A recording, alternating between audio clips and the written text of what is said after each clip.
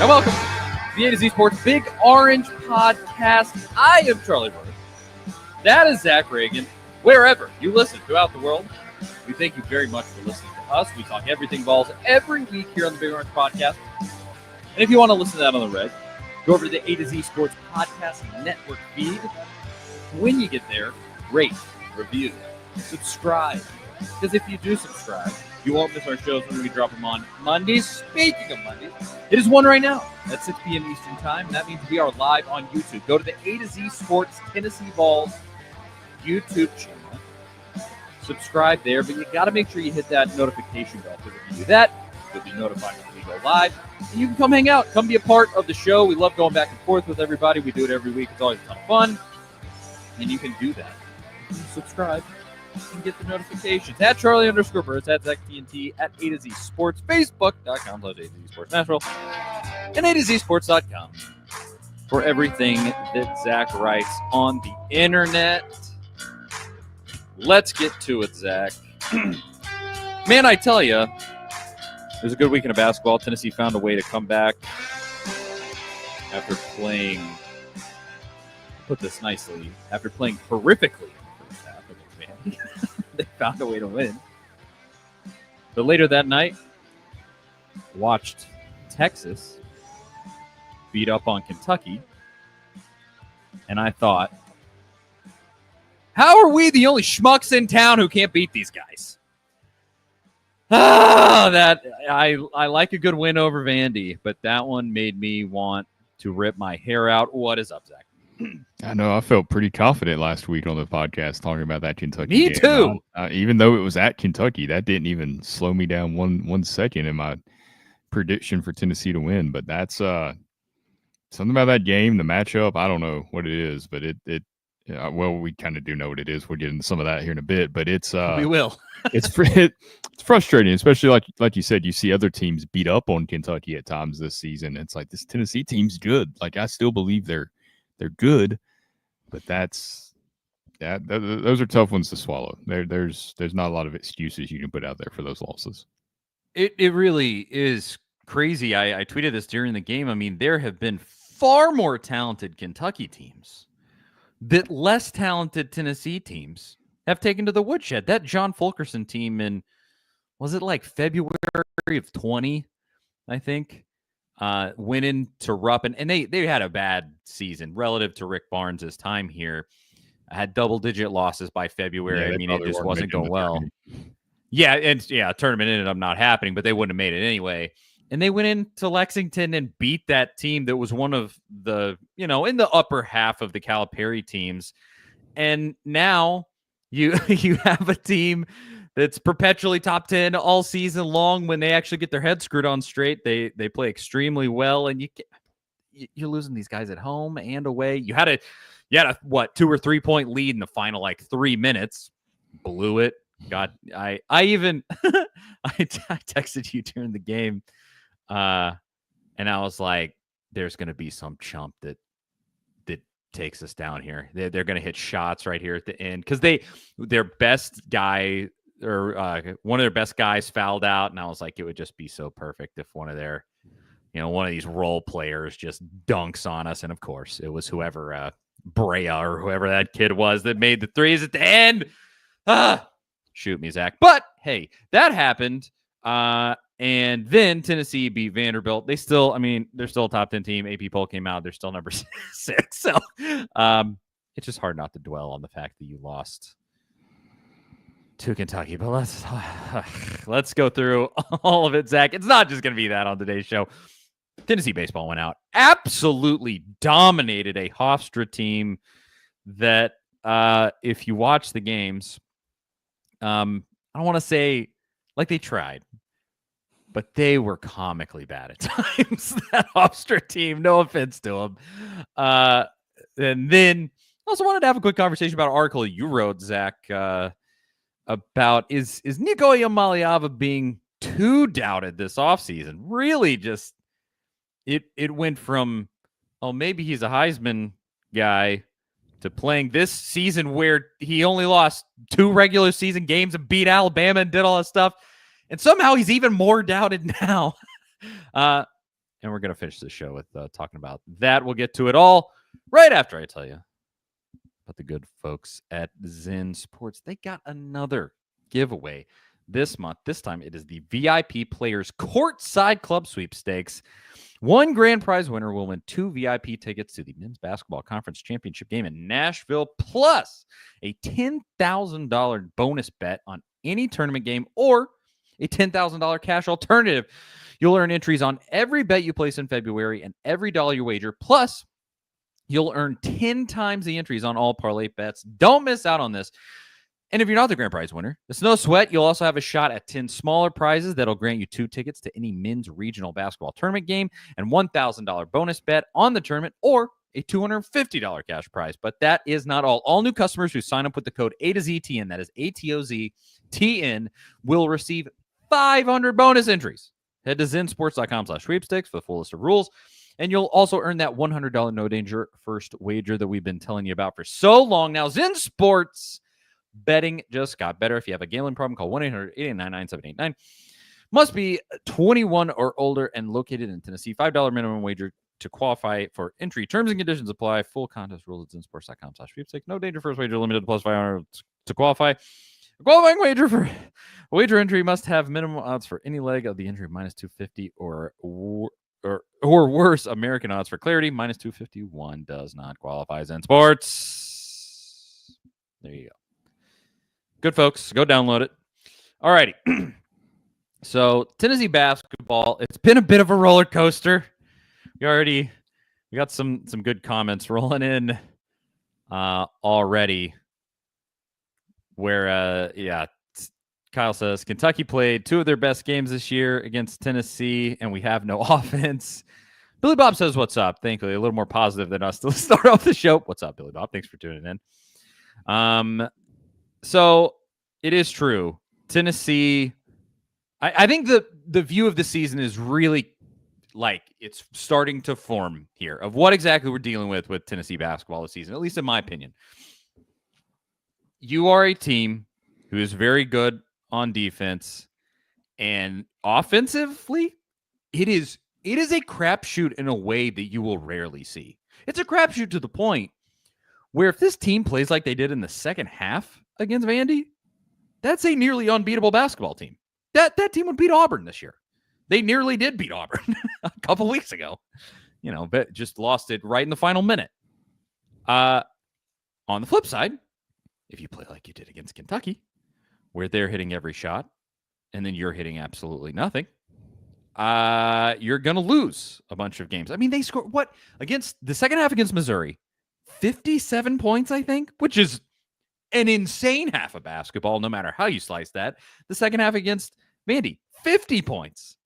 The first half against Vandy, 24 points. Am I doing that math right? It was something like that. It was like 20 some odd points. And it is so hot and cold, night and day, all over the place. I don't know how to take it, while at the same time I do. I look at them and I go, play 4 good games in a row. This is a Final Four team. Play 1 bad game. This is a second round exit team. And you have to take that for what it is. And the fact is, they play more near the middle to the lower end more often than near the higher end. Am I wrong in that assessment, Zach?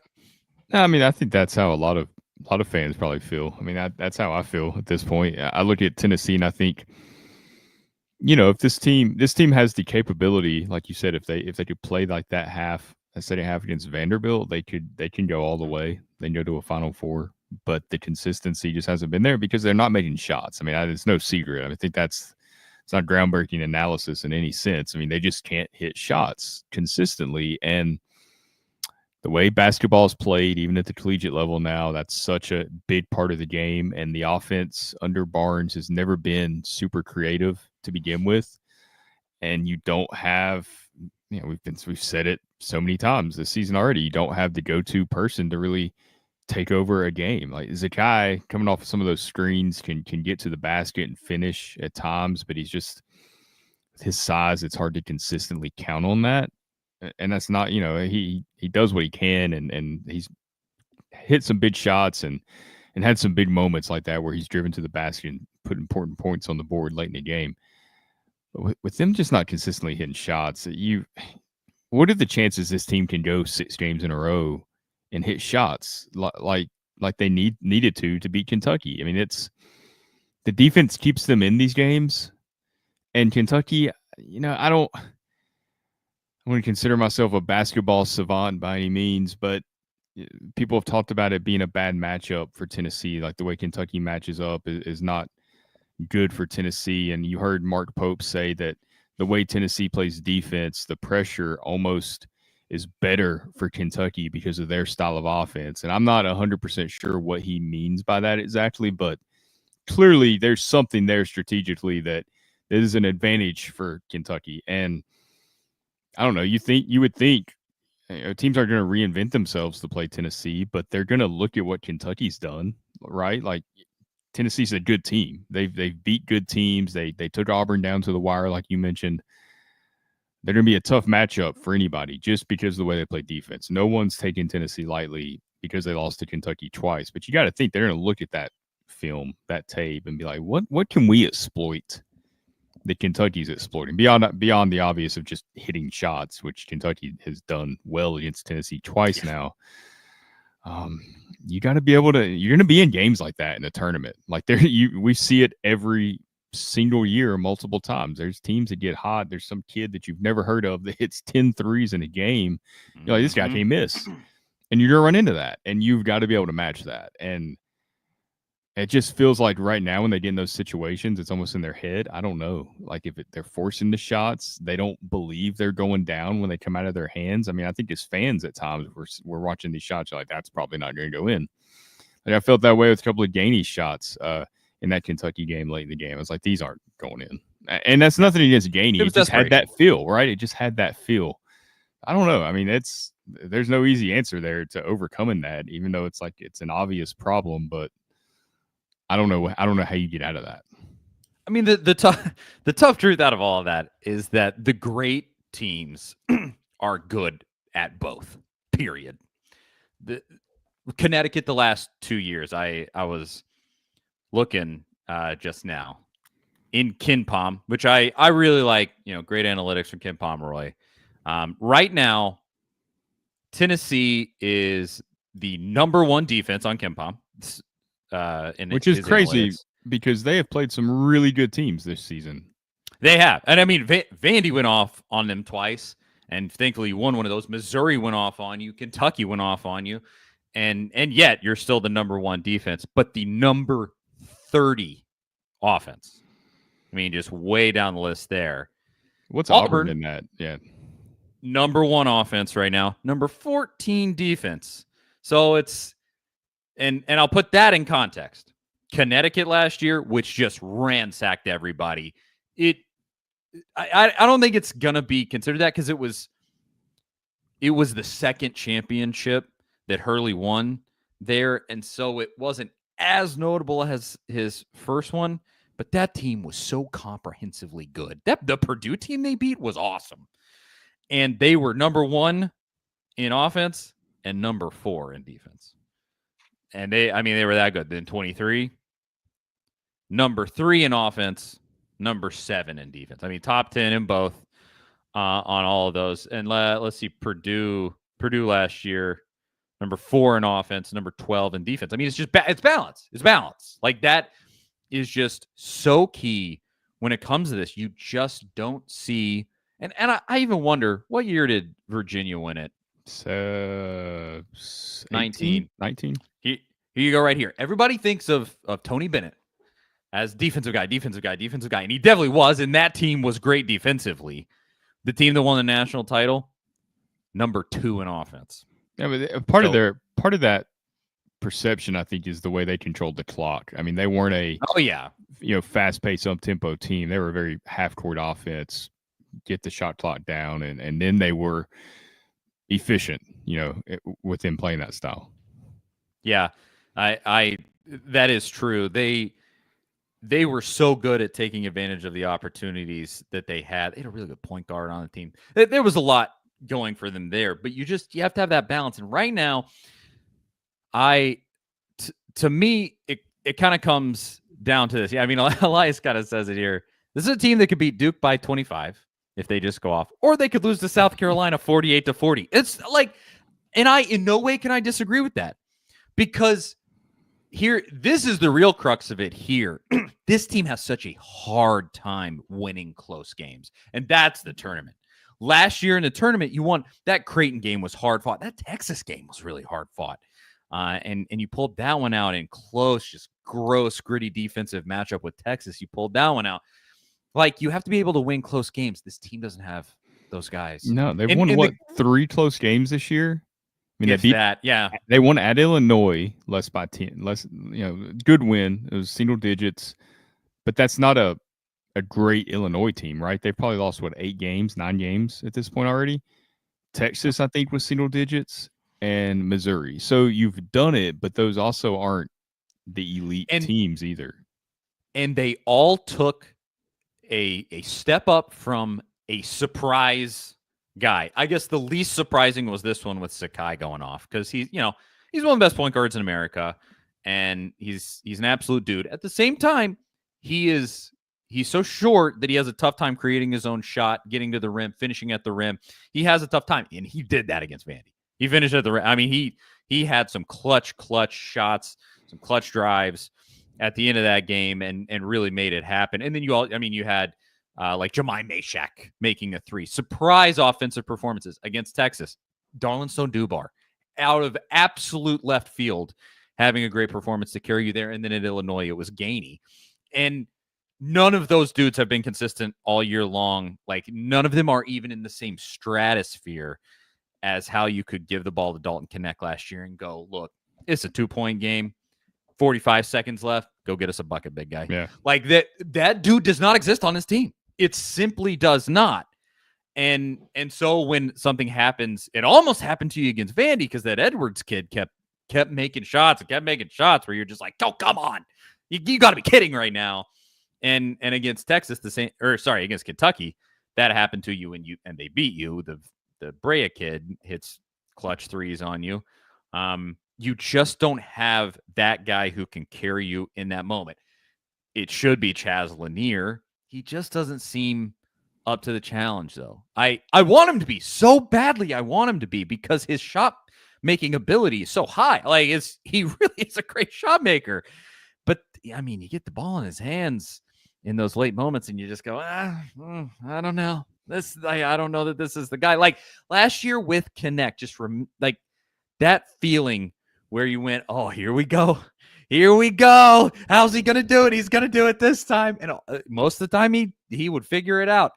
There is not a guy on this team where I get it. There's not a guy on this team where I don't have some amount of dread when the ball goes in their hands at the end of the game, where I go, oh, what's going to happen? Maybe Zakai I trust, at least, where I go, maybe he's not going to make a stupid turnover right here or something like that. But he's about the only one. And that is just tough. Zakai's the only one that can come close, I think, to matching Knecht's confidence. I mean, that was the separator for Knecht. I mean, obviously that he's athletic and fast and can jump. He can shoot, but the confidence and just the belief, like he always seemed, no matter what, he was super confident, and he was playing 100 miles an hour. And you see that from Zakai, and these other guys have flashes of it, but consistently there's just some hesitancy in their game. And Lanier, I mean, we talked about it last week.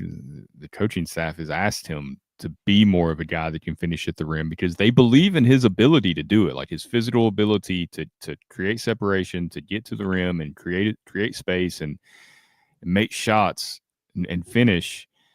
But it's just like he doesn't have this complete confidence in his ability to do it. And like, if you don't have that in the tournament, it's just really hard to win a championship. It's really hard to get to the Final Four, because you're going to need that at some point. Like, without a doubt, the further you get into that thing, the better the teams are. They're going to defend better at the rim. You're not going to be able to count on Zakai to do that. You're going to have a guy that can just come through, and whether it's hitting threes consistently late in the game or getting to the basket, getting to the free throw line, knocking free throws down, whatever it is, like, you got to have that guy. And like, we've been waiting for Lanier all year to consistently be that guy. And I know that's a lot to put on him because it's tough to ask a transfer to come in and to just, okay, year one, we need you to be, not really the savior, but in crunch time, you got to be the guy. That's a really hard ask. So I'm not like throwing shade at him by any means at all. But I don't know that he has that in him, at least not at this point in his career. It's tough to see because he's throwing in 15 to 25 for you every single night. Yeah, I mean, he's great games. It's just in those moments. Yeah. And he has hit shots in moments. It's like he's totally come up dry. Like he has hit right. shots. But just that in the full view of the season, like at Vandy, you make that crazy comeback where they just absolutely fumble the bag and give you the opportunity at the line to tie. And he misses a free throw. Like, you're one of the best shooters in the SEC, dog. You got to make a free throw. Like, it's that where there is confidence is definitely the main thing. It's just not there where he fully believes in himself in that moment, and you can tell. And I hate that. And I wish it could also be Igor, because he's been playing really nice in the last few games. You've been getting some really good games. Mentioned Igor here in the comments. Oh, yeah, good timing there. Yeah, could it be Igor that you make shots when we need it? Maybe. And maybe it could turn into that, because I've been waiting on it with Chaz. Because through here, I've been like, okay, he doesn't have that confidence, but maybe the more they get cohesive and the more they gel and, everything comes together as the season goes along, maybe it's finally going to click and you go, oh, hey, he's our go-to guy. If it's Igor, then it's Igor. He definitely has the confidence. He for sure has the confidence. He sometimes he has a little too much. He's pretty blunt. Did you see his comments after the Kentucky loss? He's talking about the last few minutes of the game, and he's like, basically what went wrong. He's like, we just quit playing defense. Like, we started thinking that we had to score instead of just playing defense, and that's those lapses, and that goes into the whole forcing shots when you don't really have to and just letting it happen in the flow of the game. But I thought that was, pretty honest from him. I mean, it was pretty obvious what happened watching the game. I mean, there were some crazy defensive lapses in those last couple of minutes, but he didn't hold back on it. It was like this, we can't let that happen and win game. You got to play 40 minutes, as cliche as that is, to close one of those out. And if they would have played defense the Tennessee way, maybe you're getting a flow on offense and those shots fall because you're not sitting here focused. We have to score. It's so much in their head at this point in those types of games that it just lowers your chances of success when you have that mindset. They definitely start pressing, and you can't. And that's tough too, because I feel like that hasn't been something that a lot of Rick teams have done. He has been good at keeping a team cool, calm, and collected, because he himself is. I mean, he's not too high, not too low kind of guy. I think we've seen him motivate this year's team in some different ways from the past. Like, he has kind of, you've seen some of the halftime stuff that we've heard, and was getting into Zakai some and getting him to play angry. And I don't know, this team, it's like he's trying to figure out what motivates this team maybe, and good on Rick for taking a different approach. I mean, that's why he survived so long as a coach. That's such a huge part of it. But it's like he hasn't quite figured out how to get this team all the way to the finish line some nights. And maybe going through all this, by the time they get to March, they'll have that figured out. But I hope so. You just can't have a 2-minute stretch when the game's on the line and you're in enemy territory and your back's against the wall. Those are the moments when great teams rise to the occasion and play their best basketball. And it was disappointing to see that not happen against Kentucky. I really thought that they were going to flip that switch and do that in Lexington, especially after losing, to them earlier in the season at home. And that's just, you got time. You got time to figure it out, but it's hard to, like, you keep seeing these comments like this team's going to lose the first, weekend or Sweet 16. Like, it's very possible, if they play at times like we've seen them play over the last couple of weeks, that's very possible. Then you see some of these complete performances that they have in some of these games, like the second game against Florida. And it's just like, man, the potential is there. Like, if y'all play like that every game, 6 games straight, whatever it is, it's gonna be hard for anyone to beat them. And like they've got to believe that though, and maybe they'll get to that point. That's what's frustrating about this team is like you can see it there. Like they have the ability and the talent to get to a Final Four. Will they be able to do it? It's a weird spot to be in as a fan. Yeah, and this season you don't have that X factor team. I think a lot of people are looking at that Auburn team as if they are. That Connecticut team last year was, I don't want to say significantly better than this Auburn team, but they were definitely better. That Purdue team was better than this Auburn team. Like there just are not squads like that this year. Auburn is very, very good. I don't want to cast aspersions there as much as I hate it. I mean, it's Bruce, but they are really good. They aren't as good as the two best teams from last year. This thing is really wide open, and you play right at the right time, as cliche as it is. There's a real opportunity to be had here. And I hope two things. I hope they do figure it out. They do gel together by the end. And I really hope we get a third shot at Kentucky in the SEC tournament so badly. It's happened multiple times with Rick. He has beaten Kentucky, I believe, both times in the SEC tournament. Didn't we played them in the championship game one of those years, and I think we lost, and then we beat them in the semifinal, then won the championship in another year. I've been in most of those games because that was the Tampa one, wasn't it? The semifinal. Yes, I was there. That was the one where the cheerleader Kentucky or something. Pom pom. That's what it was. The old lady threw pom poms at me. That was that game. Yes. So I hope we get another crack at them. Really hard to beat a team 3 times in one season. That's the hardest thing to do in any sport. Yep. And now is your chance. You got to get back. I mean, I think you lost like 5 of the last 6 against Kentucky. It's unacceptable. That's not acceptable, especially now. First-year coach with a dude who hasn't won an NCAA tournament game, and he's going to Texas and blowing it. I mean, if you would have swept them this season, they would be on the bubble right now. They probably wouldn't be in the tournament at the moment if you would have swept them. It's so annoying. You're the thing that kept them in the tournament. It has made me white hot mad. I was as close to the most dejected I've been during the Rick Barnes era after that Kentucky game. I mean, if they would have lost, if they would not have beat Vandy. Oh, that would have been bad news. That was a razor's edge moment right there. And I think I really like, there was a clip during the halftime. Ron Slade did the halftime on the SEC network for that game. And he said something to the effect of, we're going to figure out who Tennessee is right here.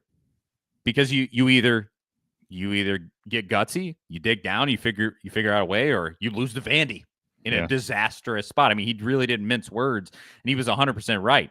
It was you were cruising for a bruising there, and you made it work. So Texas A&M is your next game. It's another huge game. If I'm a betting man, Tennessee's losing that game. Reed Arena, very tough place to play. I've been there. It's a little rinky-dink, but it's loud.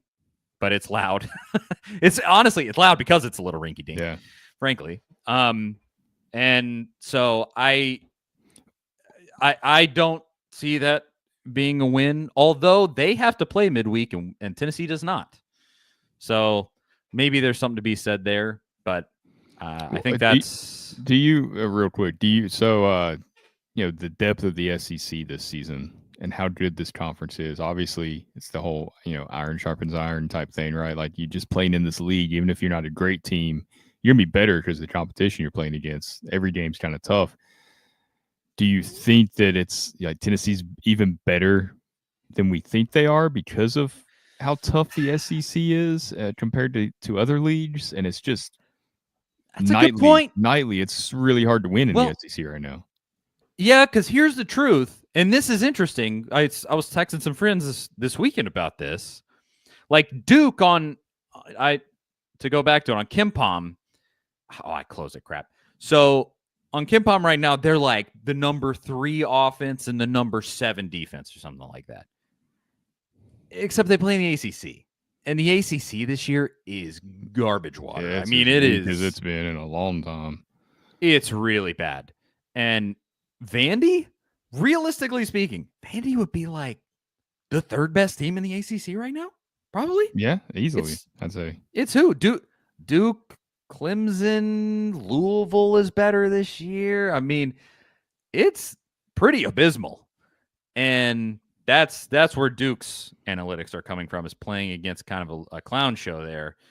So and they almost lost to Wake Forest at Wake Forest. And Wake Forest just blew like a 16-point lead to Florida State. I like Steve Forbes, as an old Bruce Pearl assistant, great guy, but they're not tearing it up, and they took Duke to the wire at Wake. Yeah, our one of the other staffers at A to Z was texting you and me over the weekend. He's an Arizona fan, and was like, "Oh, look at this draw that you guys would have. This would be tough." And it was a projected draw where Duke was the number 1 seed. Arizona, he was texting because Arizona was in there. Arizona was like the 4 seed or something like that. And I was like, honestly, give me that draw, because I think Duke they are good. Cooper Flagg's incredible. Cooper Flagg's a very, very, very good basketball player. I mean, he will go down as one of the better college basketball players you'll ever see as a one and done. But I hate using this term. I mean, I didn't play college sports, but outside looking, I think they might be a little soft. They're a little soft. They definitely were a couple of years ago where it was, when they played Duke, Tennessee in the tournament. Exactly. Was that last year or the year before? Year before. I think it was 2 years ago. Yeah. I mean, Kyle says it. They got a young team, and Cooper Flagg elevates those around him, but you can only do so much. And you would assume Meshat would be matched up on him, right? I know there's some height difference there, but Meshat's your best defender. Gotta be him. Flagg's he's not just a post-up player like we used to see at that size. I mean, I would think Meshat would be tasked with guarding him, and I think he'd do a pretty good job. He's gonna score points, but I think Meshat's gonna shut that guy down as well as anyone in the country could. That's another tough thing with this team. If Meshat was a good shooter, just like a 38% from three, and I don't know, he may be close to that. I doubt it, but 40-ish% from three, something like that, which is good. I mean, that's a good shooter from three. The whole dynamic of that offense kind of changes, because right now he's kind of in there expressly for defense. I mean, yeah, you have to have him on the floor just because of what he brings defensively, and you're right. He's that good. You're just taking whatever you get from him offensively at this point, it feels like. I mean, they basically, you watch the way other teams play him, and they basically beg him to shoot. Like they just let him sit on the 3-point line, and he always passes the ball because Rick's probably told him to do that. And man, yeah, it would stretch the defense if he could hit shots. And against Vandy, he did that, and you win the game. So, there's something to be said there. But otherwise, before we talk really quick about baseball and little football here at the end, Zach, anything else with basketball? Yeah, no, that does it. Let's see how another trip to A&M goes in the hostile environment. Been a little bit of a house of horrors there. They never end, these SEC road venues that are smallish and intense and loud. Yep. It's a good basketball team, although Rick has played well against the current A&M coach. Can't remember his name. Came from Virginia Tech, whatever that guy's name is. He's done well against this coach, but road games, it's tough to win on the road. We'll see. Yep. Yeah, if you do win it, it's an awesome win. I mean, it would be a top 10 road win. I think right now Texas A&M's like number 7, you're number 6, so it'll be huge. Let's just see what happens. Oh yeah, and Kyle does bring up, he said the Lady Vols are still looking good. They won. They beat Ole Miss. They beat Auburn. After beating UConn beat the snot out of South Carolina the other night. I don't know how that happened. Oh yeah, Buzz Williams. That's his name. Thank you. Oh, yeah. Buzz Williams is Texas A&M's coach. But yeah, I mean, Tennessee beat UConn, and then UConn drilled South Carolina by like 30. It was very weird.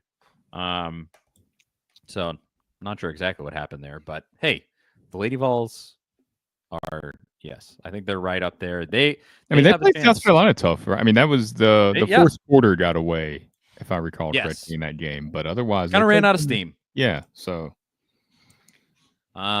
Yeah, we'll see what happens there too.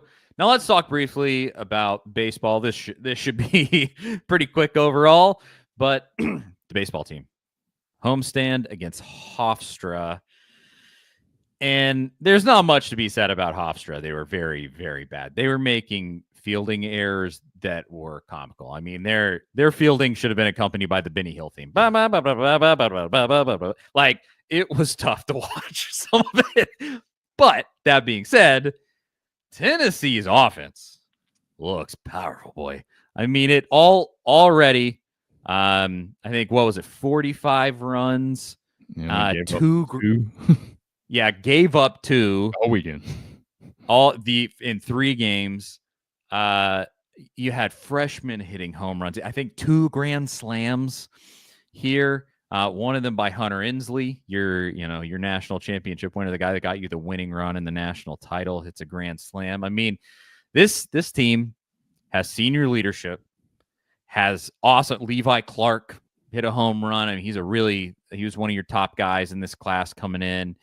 Kind of from top to bottom, looking really good again. Liam Doyle goes in 11 strikeouts from the Ole Miss transfer.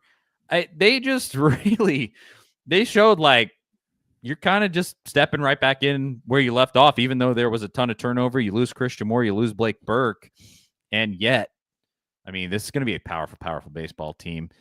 We'll have to see against better competition for sure. You're going to have plenty of opportunities this year, but I like what I saw this weekend, Zach.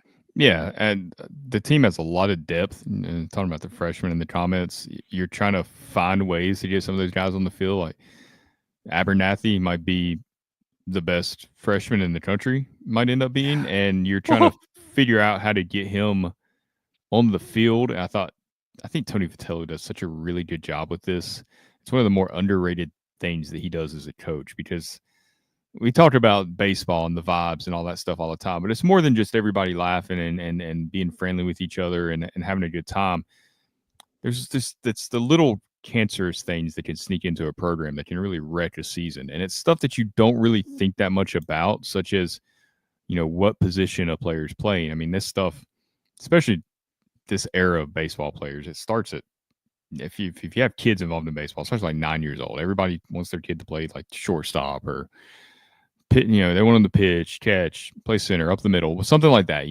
They're just dead set on, you got to play this position, and it's a horrible thing for development because you should play everywhere. But that mindset gets really set in for some players, and you get up to the college ranks, which is just an extension of that travel ball community.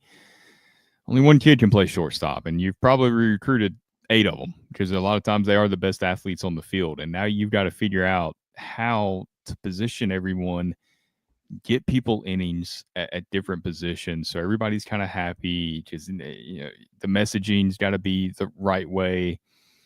And I think Vitello's done a good job of that. You saw him moving some guys around, making some interesting decisions this weekend. Like Dean Curley shifted to third base, at one point. So there was just things like that. I think Vitello's really good at managing and getting everyone to buy into, like, we need everybody to win a championship. Like, it's not because like you can have the best shortstop in the country. It doesn't really matter because that's not what's going to win you champion. You saw it a couple years ago when they played Campbell, and the Neto kid was there, or Neto was the shortstop for Campbell. He was playing in MLB later that year. He got called up. Like, he was that good. That wasn't enough to take them all the way. I mean, Vitello's just really good at getting everyone on that roster to buy into the vision and the mission. It's like, you take care of business, you will have opportunities. We've seen how many Tennessee players have gotten drafted over the last few years at all various positions. And I think that's key. That's a big part of winning a championship. All these college teams have talent. Like, every SEC team has talent that could get to Omaha, if managed properly and if everybody shows up and competes the way they're supposed to. But you've got to have everyone pulling in the same direction. And we've seen that take a little bit of time before and early in 2023, but Vitello figured it out. Every season is its own story and its own culture, and that's going to go a unique way every time. But from the get-go, it feels like Vitello has this right. And there'll be ups and downs. They're going to lose some games. They're going to run into some pitcher that's just, it's his night and he's on, and you can't touch him. Like that just happens. And Yep. You can't lose your mind over it. And they might drop 2 out of 3 to a team one weekend because that happens. It's a weird sport. But for the most part, I like what Vitello's done environment-wise. And clearly they have the bats. Pitching looked good. Everyone stays healthy, and you get to Omaha and see what happens. But it'd be really fun to see this team go back to back because, man, I mean, one was fun, and there's no expectation of like you got to go do it again. But we've seen some legendary coaches before, and Vitello could be in the early stages of a legendary career. And if he adds one, goes back to back, that elevates him into a whole nother stratosphere. It'd be really fun. And at that point, you're just saying no to the top talent around, because once you become that program, and Tennessee kind of is that at this point, you just take your pick of whoever you want at that point. It really does just feel like the vibes are so high in a general sense. Obviously, you just won a national title. Of course, it's going to be like that. But there's just something with Vitello. It was that way before he won this national championship, where you just went like, this guy just knows how to put this thing together. Like he recruits kids that they want to win, like that they want to win. That's like Christian Moore. He wanted to be the best player in the field, I'm sure, but that dude wanted to win, and he knew it took everybody else on that roster to win. And you've got to have that type of environment. And I think Vitello knows exactly what type of kid to recruit. Like he can identify this kid. These two kids are both equally talented, but that kid wants to win worse than that kid does. I'm taking, that kid, even if he's maybe a little slower or whatever. Like I think he's really good at that. This is a little off the beaten path, but I was just thinking about it. Is Jay Abernathy related to Micah Abernathy? I think, yeah, I've saw it's a cousin or brother one. Maybe it says on his UT Sports profile. Got to interview Mike Abernathy a number of times. He was one of the guys that Butch Jones would put out there because he knew he wasn't going to say anything. Mike Abernathy was very much like, hey, take us through like how you were feeling during that game. You'd be like, good. Well, every coach has those guys, because even under Heupel, you've seen a lot of the same guy. Like I don't think you saw James Pierce talk to the media, but like one time in his entire time at Tennessee. Now some of that I think there was, they send out like behind the curtain thing. They send out like who's going to be available typically, and it'll say players. And I remember Pierce's name being on there several times, and he just never came out, or he never spoke, and nobody ever said why. Like, who knows what happened, but I really thought about that. And on the flip side, there was guys that you saw way more often than other guys, and it's like, why are we seeing you so often? And they were just comfortable, I guess, with the messaging that was going to be sent. And that's smart. Yeah. You don't need they sent Joshua Josephs out there at one point. And this is kind of off topic at this point now, but before this last season, and he got a little candid, and he didn't say anything terrible, but I remember he was talking about how great their pass rush was going to be, and all of his teammates, and how just really talking everyone up enthusiastically, and it was almost kind of talking trash, and they were like, I don't think we ever saw him again after that.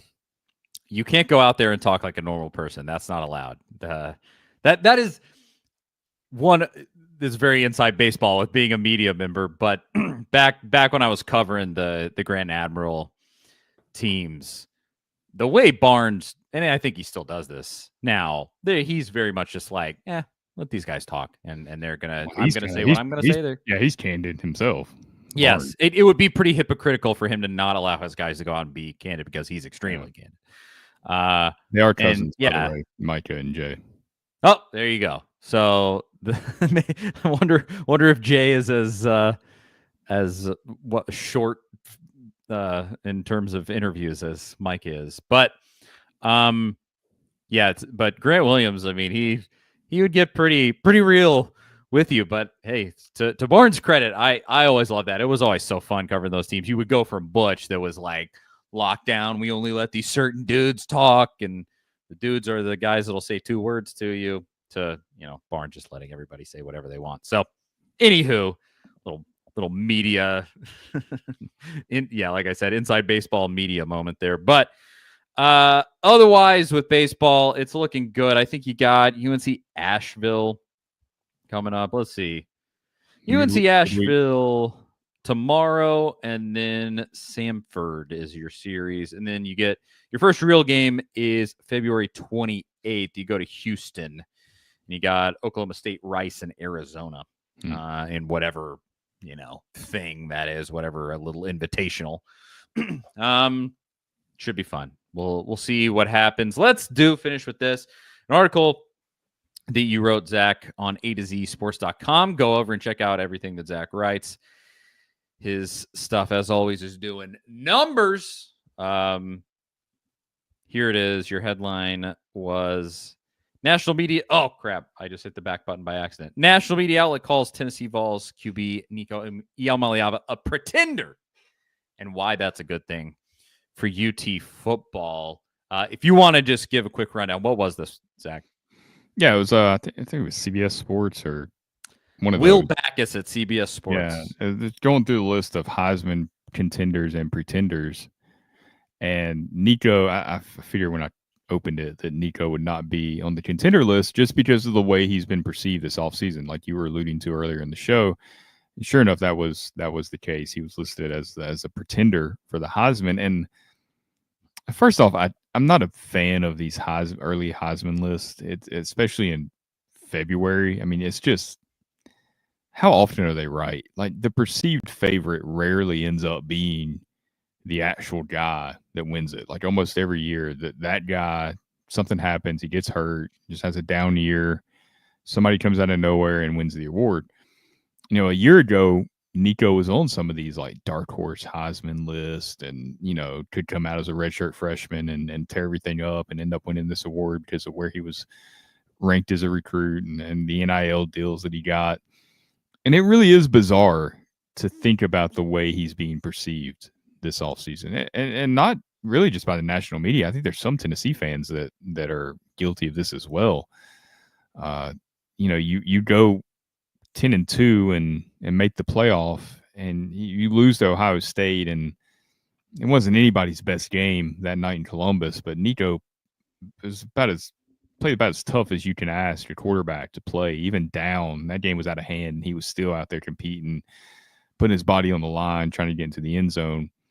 That alone kind of showed the fire and the toughness that you need to succeed in the SEC. But it's just getting completely dismissed because his numbers weren't crazy. And I'm not a numbers guy. It's not that important to me. I know it's fun to look at, but I care about did you win games or not? Like that's really all that matters to me as a quarterback. But even the numbers thing, it's like they weren't terrible numbers. I mean, Tennessee ran the ball a lot, so there wasn't a lot of as many passing opportunities as there are in some other offenses, oddly enough. And that's not the way you think about Tennessee's offense. But Dylan Sampson carried the ball 3 times the amount that he carried his whole career just about. I mean, it was pretty balanced offense. And then you had receivers dropping passes at times and Nico getting sacked, not having time. And Nico made some bad throws as well. I mean, all that combined to, give you kind of a look at his numbers that maybe he's not truly representative of how he played. But then you see somebody like Arch Manning on that list. And I think Arch Manning's going to be a good quarterback. I mean, what you've seen of him, he looks electric at times, but he hasn't proven anything. And he started 2 games for Texas and against Louisiana Monroe, I think he threw an interception or 2. And his other start was against, that's not great competition. And then he started against Mississippi State, threw for 300 and some yards. And Nico, if that's the game he got the concussion, he was on pace for a game like that against Mississippi State. I think he had like 175 or something at halftime. It was going to be one of his better passing games. And then he gets hurt and gets knocked out of the game. And we don't know. Maybe he throws for 400 yards that game. Yeah. But it's a similar performance against the same opponent. And I know that's not, it's not black and white, apples to oranges type deal. But that's just it's just strange how the hype now for Arch has hit this just fever pitch, and who knows what happens this season. And Nico, who's coming off of a year where he led his first year as a starter, led his team to the playoff, the first time in program history, and beat Alabama and Florida. Only Hendon Hooker's the only other guy that had done that since Eric Ainge in 2004 in the same season. And we're like, yeah, this guy might be a pretender. And it's just, what are we doing? Yeah, it's pretty ridiculous. And to pick apart what this guy said a little bit, he cites the fact that he says Tennessee lost 7 receivers to either graduation or the transfer portal, including its 3 leaders at that position. And the Vols returned just 1 scholarship wide receiver with more than 1 year of college football under his belt. You know what that sounds like real quick? The exact same conversation about Tennessee's secondary going into last season. Yep, exactly. I think that a refresh to that room, if you really watched what happened, and I'm sure this guy did not watch every single snap of Tennessee football like we did. If you really watched it, I think you're kind of thinking, that's probably a good thing. That's probably for the best, because I think Mike Matthews is, in terms of what the ceiling of his ability is probably better than any guy that you had in that primary rotation this year. Braylon Staley is probably the same category. Pretty close. Yep. You have exciting freshmen coming in. The big, returner in Brazel that you get back, he caught the winning touchdown against Alabama. What kind of jump does he take in his second year in the offense? He's not going to be the same guy. Exactly. Yeah, I expect him to get exponentially better. And again, I mean, he was the guy that caught the winning touchdown against Bama for you. So he already has rapport with Nico. He had draw problems and different things this year. But and Amari Jefferson. Amari Jefferson coming in from Alabama. That Nick Saban wanted at Alabama, because I think there's a difference. Yep. Kalen DeBoer has different standards. I'm not applying the same Alabama standards to this guy, even though a lot of people are. When Saban wants a player, no matter what you think about Nick Saban, you're like, oh, it's like when Tennessee got Arian Carter over Alabama, and the player that Saban really wanted. You kind of like raise your eyebrows a little, like, all right, this kid must be pretty good, because Saban, he's been doing it a long time. He knows what he's looking for. Yeah. So you got exciting pieces there. I look at that as an opportunity more than a drawback.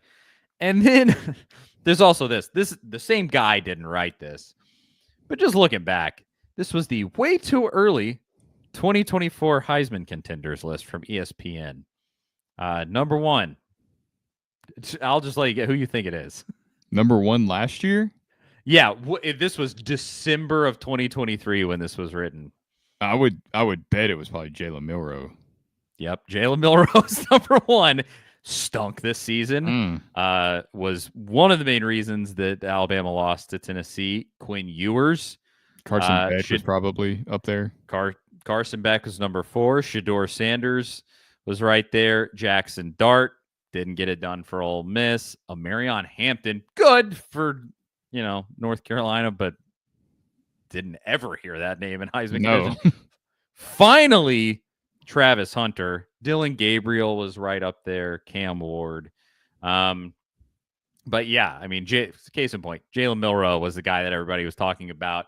And he stunk so bad that Alabama fans basically wanted him run out of town. So, what was it like 2019? I think everyone wanted to give it to Tua before the season even kicked off. Yeah, Joe Burrow, had that one by October. You never know. And I think with Nico, it's an exciting setup to me. You got a couple of offensive linemen coming in, one from the team that just played for a national championship at Notre Dame. You still got a little bit of a dicey situation on the offensive line that you got to get. Figure out center. That's the biggest. Yes. Is it not the kid from Notre Dame though? That it felt like that was the move. Well, I mean, we don't know yet. I mean, yeah, your tackles are going to be Hurd and David Sanders, the true freshman. Yeah. We still don't know what the deal with Karich is. So I think that's part of it, because I think if Karich is back, he's staying at left guard. Your guy from Arizona is going to be a right guard, Wendell Moe. And I guess I would put Pendleton, the Notre Dame kid, at center. That would make sense because your primary guy that's already on the roster that might take that position, Satterwhite. So if Carriage doesn't come back, one of those guys is going to left guard, Pendleton or Moe, and it's going to be Satterwhite at center. Or maybe you try Satterwhite at guard and put Pendleton at Pendleton had practiced at center and was Notre Dame's backup center late in the year, so he does have experience there. I don't know. I mean, it seems uncertain. I think Pendleton might be your best bet just because of the experience factor. I mean, even though he wasn't playing center in games for Notre Dame, he was still playing on a team that went to the national championship. That matters. That type of leadership and experience really matters. Like, you've been in some big moments already. I don't know. I mean, it's all going to depend on how it plays out in spring practice, but you got to get it right. Whatever. I would. If you're a Tennessee fan, I think the biggest thing you're looking for coming out of spring practice is obviously keeping everyone healthy. You want to hear the wide receivers are flashing and that Nico has a good connection with them. And then you want to hear some real confidence from Heupel in that center position. Yeah, realistically speaking, we're not going to know diddly squat until the next 6 weeks play out. And we're able to see spring and it's exciting times because at least you did get some pieces in that. Because that was concerning. I mean, we talked on this podcast where you're like, who is going to play offensive line for this football team right now? Yeah. And they're still probably going to look for guys in the portal. I would think in the spring window. I think they would like to have another wide receiver. You could always use another defensive lineman. I think you're going to look for a cornerback. But there was also this deal from On3 late last week or over the weekend, sometime in the last few days. Andy Staples and I think Pete Nakos, they really dissected the fact that impact transfer wide receivers just aren't a huge thing. I think they were like 11 of the top 70 receivers in this draft were transfers, and like 11 of the top 25 quarterbacks were transfers. Like, there's just not as many. It's the high, and it's the position that was really mirrors the NFL.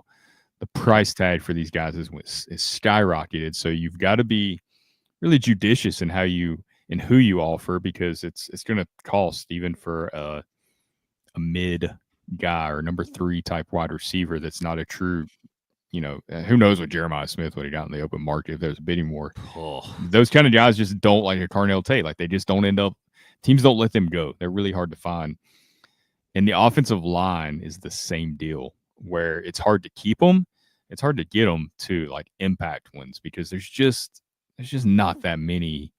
There's a lot of guys that play offensive line in college, but there's not that many impact future pro players in college football. And those are the guys you want. And programs just don't let them get away. And corner is another position that's very similar. That's the hardest position to find, right? Like, that's why they get paid so much. So the positions that Tennessee wants to target are it's going to be really hard to find somebody in that spring portal that's a true impact player. And Heupel and them have done it before. They got Jermon McCoy from Oregon State, who was a very under the radar type guy. You can't count on that because that guy might not exist this year. There might not be one. But it's like, just because they're going to go after guys, but if they don't get one, I don't think it's like they're passing on talent. I think it's really hard to find. And what you do find is sometimes it's hard to justify spending what it takes to get a guy that you don't even know if he's going to start for you. I mean, Lance Hurd, former 5-star, coming from a major program to you, and I think they probably paid him a pretty penny. If I had to guess, I don't know for certain. Well, remember that one drew out a long time. Oklahoma was in the mix. I mean, we didn't know for a while what was happening. And then in the first stretch of his time at Tennessee, he stunk pretty bad. He was hurt. He was hurt too, to be fair. He was hurt. That's true. That is true. But even still, didn't have the ideal. He needs to take a big step. He does. He absolutely does. He didn't. Point being, he didn't go out and look like a 5-star for you. And it was at moments it was solid, but like you said, he needs to take a big step forward this season. Nothing is a guarantee coming out of the portal, even if you've had your Jamar McCoys and guys like that. Just don't know when Yeah. they're going to be there. It's just such a Nope. It's really a crapshoot, and it's eventually it feels like it's got to self-correct because you can't keep paying. You know, how many times is Florida State? I don't know what Square White's getting paid at Tennessee, but I know it was alluded Lord to knows. that you know it's more than Tennessee was willing to give him to stay at Tennessee. And Squirrel's not going to be an NFL wide receiver. I don't think he doesn't have the size. He's fast, but I don't think his route running is as good as it needs to be, and he's not going to be able to really help you blocking in the NFL. How much longer programs are going to be willing to pay those guys to transfer?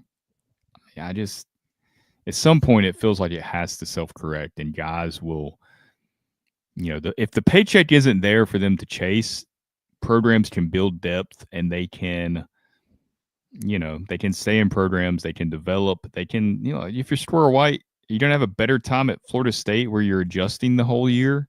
You're getting the check that you want, so it's almost like you're just leaving to go take that job. But personally, or you have a better time where you've spent the last 3 years and you've built a lot of relationships and you know what you're getting into every day. Like on a personal level, I think that's the better path to take. But then, you know, I can't fault the guy for saying, hey, I'm not going to make the NFL probably. I got to go take this $600,000 check. Yep. I just wonder how much longer programs are going to be willing to write that check for not elite production. Yeah, there's some really interesting conversations to be had there. Like some of the QBs that decided to go like a Quinn Ewers. You're like, buddy, you could definitely make more money staying in college. Like, I mean, Alabama doesn't have a clear answer at quarterback. I guess you're hoping Ty Simpson's the guy. We'll see if he is. Good luck. Nobody's come and got him yet from Alabama when he's had to sit. No, I think that might be telling. But you know, you Quinn Ewers could have went to Alabama and probably got an easy $4 or $5 million. You think at for least? Sure. In your first year of a rookie deal, if you get drafted in the first round's not going to be that, and he's not going to be drafted in the first round. So, and you would have gone to Alabama, which is even in its currently down state, is still an NFL factory. I mean, and you just throw to Ryan Williams. I mean, that is going to boost your stock. It's pretty nice. Ryan Williams, who's finally 18 years old. We don't have to hear about how he's 17 anymore. Thank God. Yeah. It'll suddenly be the best 18-year-old wide receiver in America. He should be a true freshman this year. That's what it'll. Yes. You know. Oh, yes. Let's not forget he already has played for 1 year, even though he should be a true freshman right now. That's definitely what they're going to say. Yep. Oh yeah, 100%. Oh boy. Well, I think that's show. Charlie Burris, Zach Reagan. Thanks so much to everybody for tuning in. It was another fun one. What else? I think that's pretty much it. We were talking about it off air. This is definitely the you're getting into the doldrums here before spring ball. A couple of weeks of next to nothing, and then we'll kick it up big time with spring ball. So we're so close, and you know, like even like baseball's back. That's really great, but you're playing like UNC Asheville, so yeah, fun. But not as exciting as it's going to be here in just a short while. Again, Charlie, Zach, thanks for tuning in. We couldn't do it without you. And that's it. We will talk to y'all next week.